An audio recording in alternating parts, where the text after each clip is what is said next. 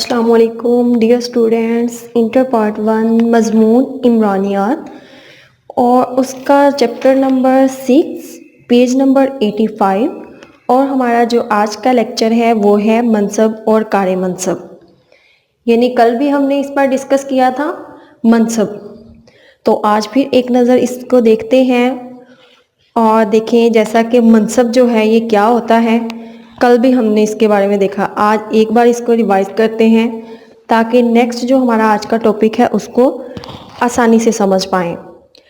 لفظ منصب لاطینی زبان کے ایک لفظ سٹیٹس سے لیا گیا ہے جس کے معنی مقام یا مرتبہ کے ہیں، اور مختلف ماہرین کے نظریے کے مطابق بھی ہم نے اسے سمجھا تھا. اور جیسا کہ وہاں پہ بتایا گیا تھا شیفر اور لیم کے مطابق منصب سے مراد معاشرہ یا گروہ میں مانی ہوئی تمام حیثیتوں کے مجموعہ کا نام ہے. ہم نے اس کی اقسام بھی پڑھی تھی، جبکہ اس کی 2 اقسام ہیں، عطا شدہ منصب اور اکتسابی منصب. کل ہم عطا شدہ منصب کو ڈسکس کر چکے ہیں اور آج ایک نظر اس کو پڑھ لیتے ہیں. یعنی عطا شدہ منصب وہ ہوتا ہے جو پیدائشی طور پر کسی فرد کو خود بخود حاصل ہوتا ہے.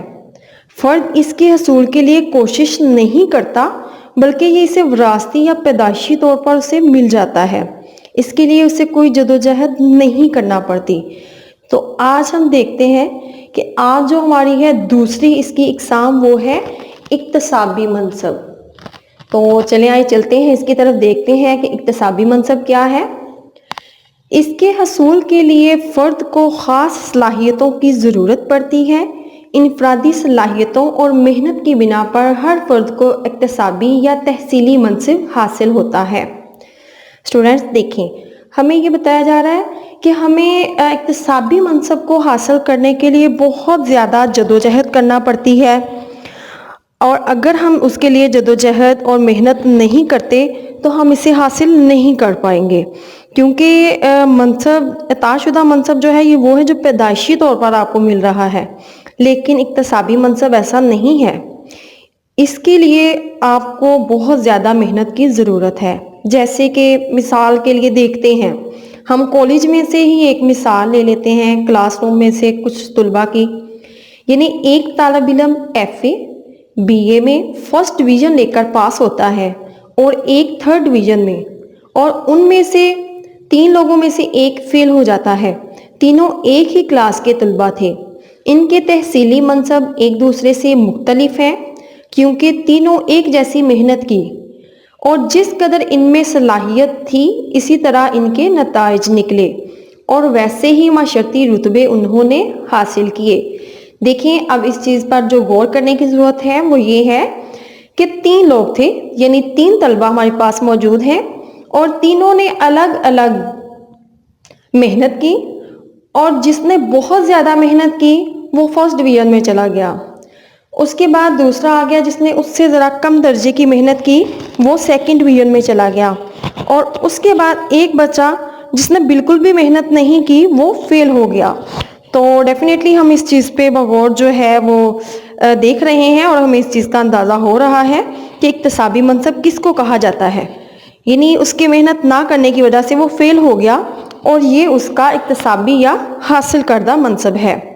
جس کی مثال آپ لے سکتے ہیں کوئی عہدہ، رتبہ، سند، میڈل، ڈگری، انعام، ایوارڈ وغیرہ وغیرہ.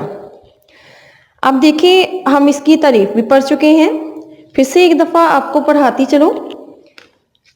اس کے حصول کے لیے فرد کو خاص صلاحیتوں کی ضرورت پڑتی ہے. یعنی بہت ایسے کام کرنے پڑتے ہیں، آپ کو بہت ہی محنت کرنی پڑتی ہے اس کے لیے، جس کے لیے آپ سوچ رہے ہیں اور آپ یہ جانتے ہیں کہ آپ جس قدر محنت کریں گے آپ کو اسی قدر اس کا اکتسابی منصب حاصل ہوگا. یعنی آپ کی وہ محنت ضائع نہیں جائے گی. نیکسٹ میں ہمارے پاس ہے اکتسابی منصب کی خصوصیات. دیکھتے ہیں اکتسابی منصب جو ہے یہ محنت کی بنا پر اس کو حاصل تو کیا جاتا ہے، لیکن یہ کس طرح اس کو حاصل کرتے ہیں اور اس میں خاص خاصیت کیا ہے. چلیں جی ہم چلتے ہیں اس کی خصوصیات کی طرف. سب سے پہلے ہمارے پاس ہے محنت کی بنا پر. آپ دیکھ رہے ہیں محنت کی بنا پر، یعنی اکتسابی منصب فرد کو اس کی پیدائش پر نہیں ملتا